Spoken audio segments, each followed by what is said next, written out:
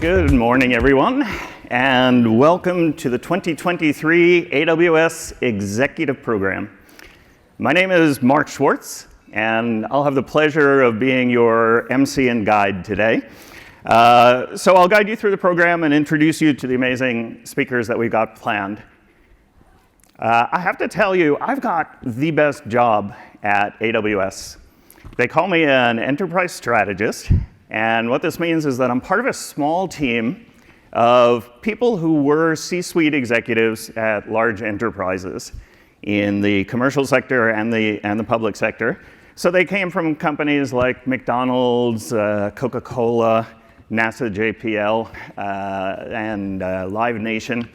All of us did some sort of a big digital transformation, a big migration to the cloud at scale. And I say it's the best job because really all we do is try to make AWS customers more successful. We try to help senior leaders of our customers with the things that turn out to be challenging in a big digital transformation, things like cultural change, organizational structure, governance models, investment strategies, business cases, all those sort of non-technical things that often get in the way. So that's what I've been doing at AWS. Before that, I was actually the CIO at US Citizenship and Immigration Services. And that's why I'm so excited to be back here with all of you in Washington, DC. I'm passionate about public service, about what the cloud can do to help solve not just business challenges, but societal challenges. So today, our goal is going to be to help all of you see the possibilities and understand what some of the challenges are. So with that in mind, we put this program together today to think about the challenges that we all have to face as leaders as we're leading our organizations through the challenges of digital transformation and the big changes in technology today. So we're so optimistic about the potential of the cloud to help solve these challenges. I think as I describe the program for the rest of the day, I think you'll see how that fits together with what we've got planned for you today. So here's what the day looks like. First, we'll have a panel on generative AI and some of the challenges involved in that. Afterwards, we'll turn to the fight against cancer. Cancer, I was just looking into this. Cancer, there are over 100 different types of cancer that affect human beings. About 20% of males and about 17% of females will get cancer at one point in their lives. And 13% of males and 9% of females will die from it. So we're going to hear from leaders from the White House Office of Science and Technology Policy, National Institutes of Health, and the Children's Hospital of Philadelphia about how science and cloud technologies can help get to solutions more quickly. Before lunch, we will have our main stage keynote featuring the CTO of the CIA and a leading neuroscientist. They'll be talking about how the cloud is helping scientists make advances in their research through global collaborations, driving breakthroughs in areas from climate change to human health. Over lunch, I encourage all of you to network with your peers. We'll also have some AWS executives available for one-on-one discussions about your organization's priority and your journeys to the cloud. After lunch, we'll take a look at cybersecurity and resilience. We'll hear from the acting national cyber director and AWS leaders on implementing the national cyber strategy and zero trust.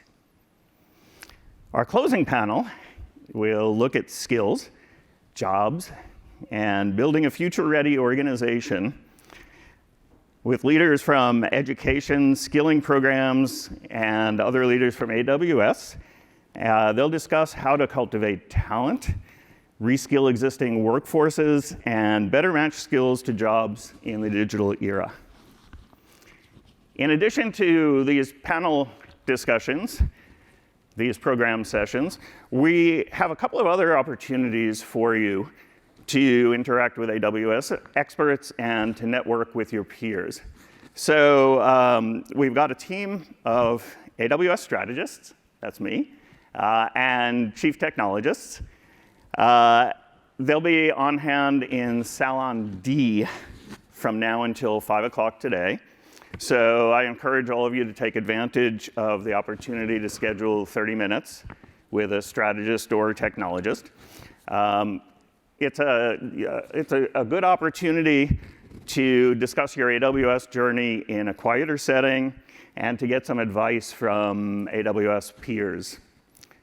Another opportunity we've got during the day, we've got 2 executive visioning sessions. I think one of them has already started. The other one will be this afternoon, where you can join peers from across public sector segments, and that's together with an AWS facilitator from our executive visioning team. This afternoon, they'll be discussing business continuity in the cloud. Non-stop delivery is non-negotiable, like that. So during the break, when we have a break later on, please do stop by the front desk and ask how you can join that session this afternoon, if you're interested. So we have a program today that is about getting the potential out of the cloud. And I'll be coming back at the end of the day to talk a little bit about how to stimulate innovation using the cloud to accomplish what I think are amazing things and to support your missions and your businesses. So I want to thank all of you for being part of this program. I know that by coming together, sharing knowledge, forming new partnerships, we can rise to overcome any challenge and to build a better future together. So please enjoy the program, and I'll be in and out and guide you through the sessions. All right, let's get started. I would like to introduce Max Peterson, our VP of Worldwide Public Sector. Thanks, Max. Hey, thank you. Appreciate it. Hey, everybody. My name is Max Peterson, and I have to correct Mark because I actually have the best job. And the reason I say that is because for over a decade, I've gotten the opportunity to work with like almost each and every one of you or your organizations all around the world to actually put these ideas into action and to deliver on the mission requirements that is represented by our public sector customers across the board, right? Whether it's government or education, nonprofits, national healthcare systems, aerospace and satellite. Simply so, Mark, I'll quibble with you. I think I have the best job. And because of that, I'm thrilled to be able to welcome everybody here today to the event. I'm going to speak a little bit about the why. Mark talked about the what here. I won't cover the exciting content that we've got lined up, but really this is an opportunity to think, learn, listen, question, understand, and at the end of the day, right, figure out how we can do bigger things together. The keynote, Mark talked about a couple of the guests joining us. There's a few other great announcements that are going to be at the keynote, so please do make your way over to the keynote. I think it'll be fun. And we'll really talk about the sort of things, the speed, the agility, the flexibility, the security that all of our public sector customers demand to be able to do their work on the cloud. And we do have a reserved seating section over there, so please make your way up to the front, the reserved seating section. There's going to be a lot of opportunities to connect with peers and to network and learn from one another. And that's a big part of what this conference is about. Of course, I've got to acknowledge the fact that we're still working through some very difficult and pressing global challenges. We've got economic uncertainty, we've got food insecurity, we've got the ongoing war in Ukraine. It is a challenging time, but that's the piece that gives me hope is working with all of the customers that I get a chance to work with all day every day. And whether you start with the COVID-19 pandemic or any of the other circumstances I mentioned, our teams get the opportunity to work with the customers who are supremely unsatisfied with the status quo and want to do a better job. And our customers have stepped up all around the world and really delivered in an amazing way through a lot of these difficult situations. And the work that the customers do with us every day really has a difference, right? We save lives, we wind up engaging citizens in an effective and efficient way, support new learner outcomes, work on the big challenges around health and healthcare. It ultimately changes the way that we all contribute to making society a better place. And so thank you all, each and every one of you, for you and your teams and what you do every day in this respect. I think it's remarkable. It's my honor to be able to play a part in doing that. What we found out, in particular, as we pulled through the pandemic, is that organizations that have a strong digital foundation prove to be better positioned to cope with these dramatic changes. They were able to work faster. They were able to work with greater continuity across a range of their platforms and service delivery requirements.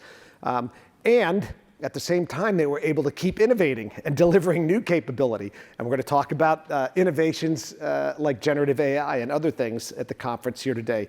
But if you didn't have those strong digital foundations, it was much harder for organizations to respond, react, innovate, and move fast. And so that's why we believe the cloud, a decade on in my personal cloud journey, continues to provide that path for customers who want to achieve those things.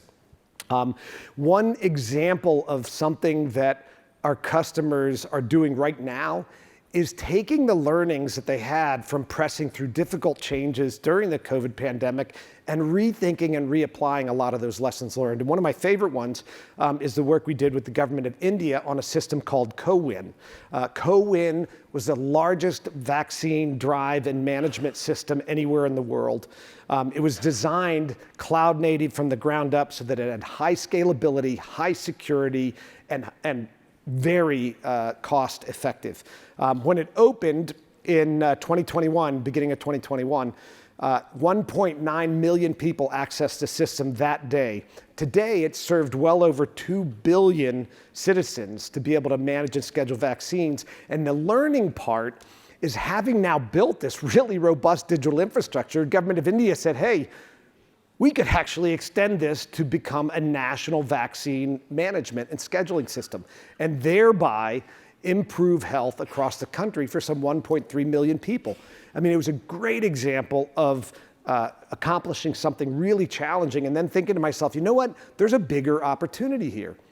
And then India went on to do something even bigger, called the Digital Goods Program, where they're making about a dozen different systems, half of them developed on AWS, available through an open license to other governments who don't have the time, the expertise, or perhaps the money to develop these. They can pick them up, they can use them, they can run them anywhere on AWS around the world.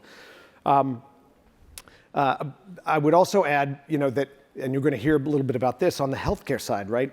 We've got just amazing customers and partners like Illumina that are doing incredible things in the area of health, and in particular in the area of genomics and gene sequencing. And this gets to the other key element of strategy, which is data. When they started, they were originally talking about storing things that were 1 petabyte or so in size. It's now grown to over 100 petabytes in 8 years.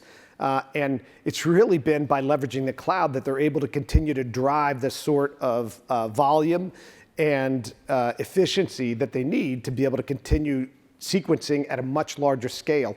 They use Amazon's S3 intelligent tiering to help them do that.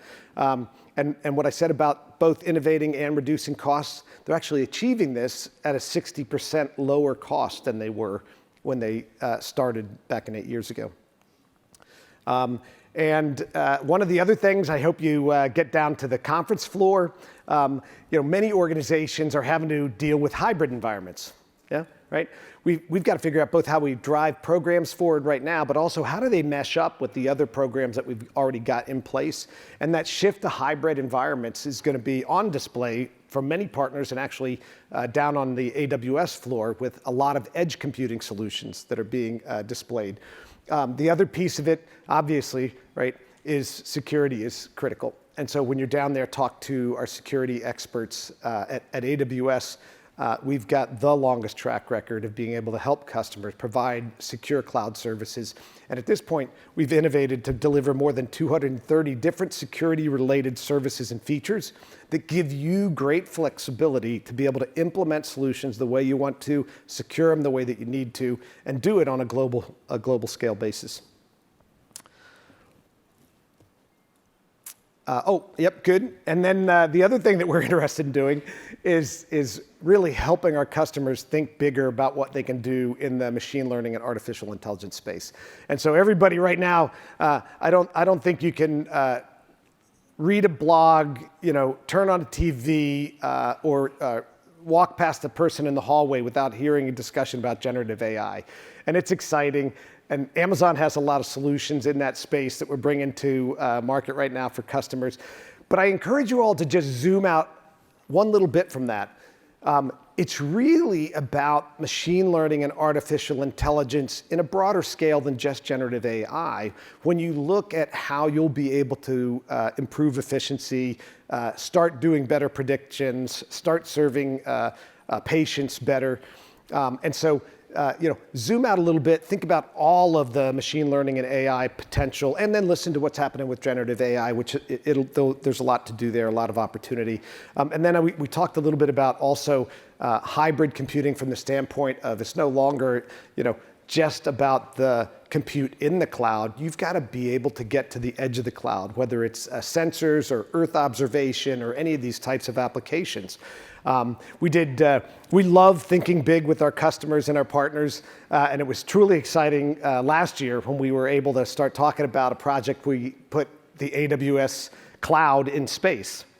And so we worked with our partners, D-Orbit and Unibap, and we've had machine learning applications now running at the edge of space for over a year in this first-of-a-kind mission. And what we're able to prove out is that you could use AI ML services trained on the ground, at the edge in space to increase efficiency and productivity of Earth observation. And so what we literally did was we set it up so that we could recognize good images and bad images coming right off the satellite, never have to store them. If it was a bad image, just throw it away. It wound up increasing the efficiency of the satellite by about 30% because roughly a third of the pictures were just unusable pictures, didn't fill up the buffer, didn't take up time on download, could do the analytic on the edge, get the right information down faster. So there are just many applications for the broader range of AI, ML potential here. And I encourage you to think about all those. And in fact, many of y'all have experienced the work that Amazon has done for over the 20 years in this field, right? Anybody experience personalized ecommerce shopping? Yep, okay. Well, they'll probably talk about the Titan 2 model that's available on Amazon Bedrock, right? It's one of the models that is developed to be able to provide that kind of solution. Or anybody use Alexa? Yeah, same thing, pretty pervasive, right? I think if you go down to Marymount University, anybody have kids at Marymount University? No, can't quite see. Their student union asked to put in the first Amazon Go store right on campus, right?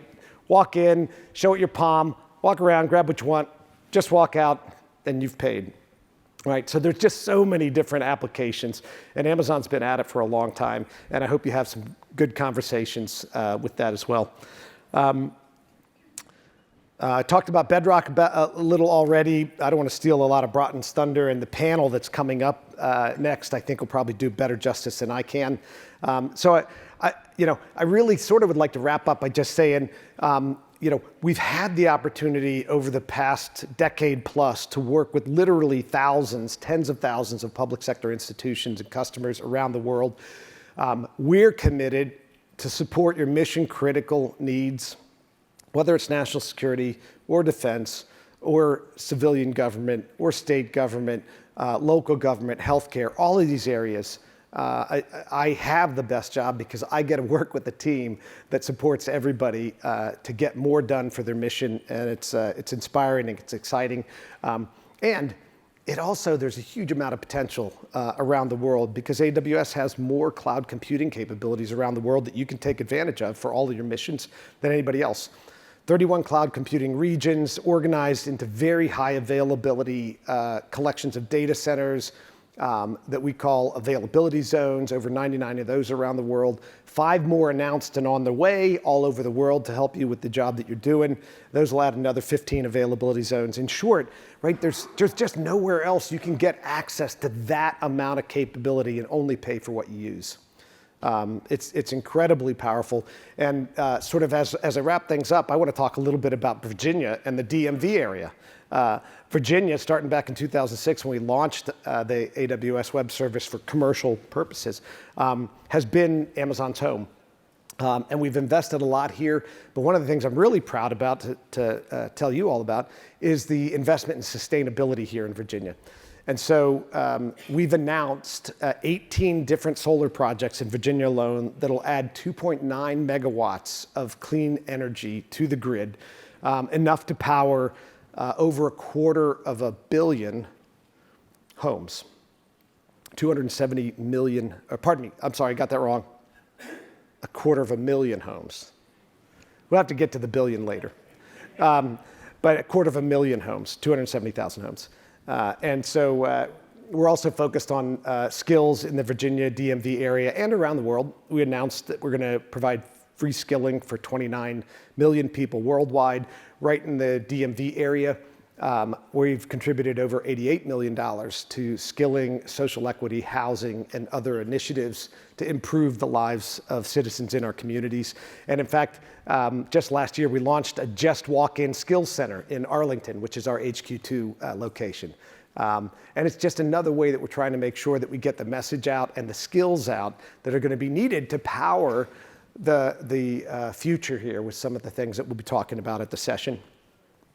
At the end of the day, I hope you all get the opportunity to challenge yourselves, learn something new, learn from your colleagues, and then think about how you'll be able to take that back to the work that you do every day. Back to the work that we have a responsibility to improve the lives of citizens or students, improve healthcare, help those less advantaged around the world, and use the tech that you all have at your fingertips to really make a difference. At the end of the day, it is about the power of human collaboration and the power of human creativity and the power of this whole team to really think big about how we make a difference around the world. And so I just want to thank you very much. We hope you have a really productive day. I hope you make it down to the keynote. I hope you hear a lot about announcements. Do not leave with any question unanswered. Grab somebody from Amazon, grab one of our partners. We got great partners here. Don't leave without a question unanswered. We want to help you get your job done and get your missions done. Thank you very much, everybody.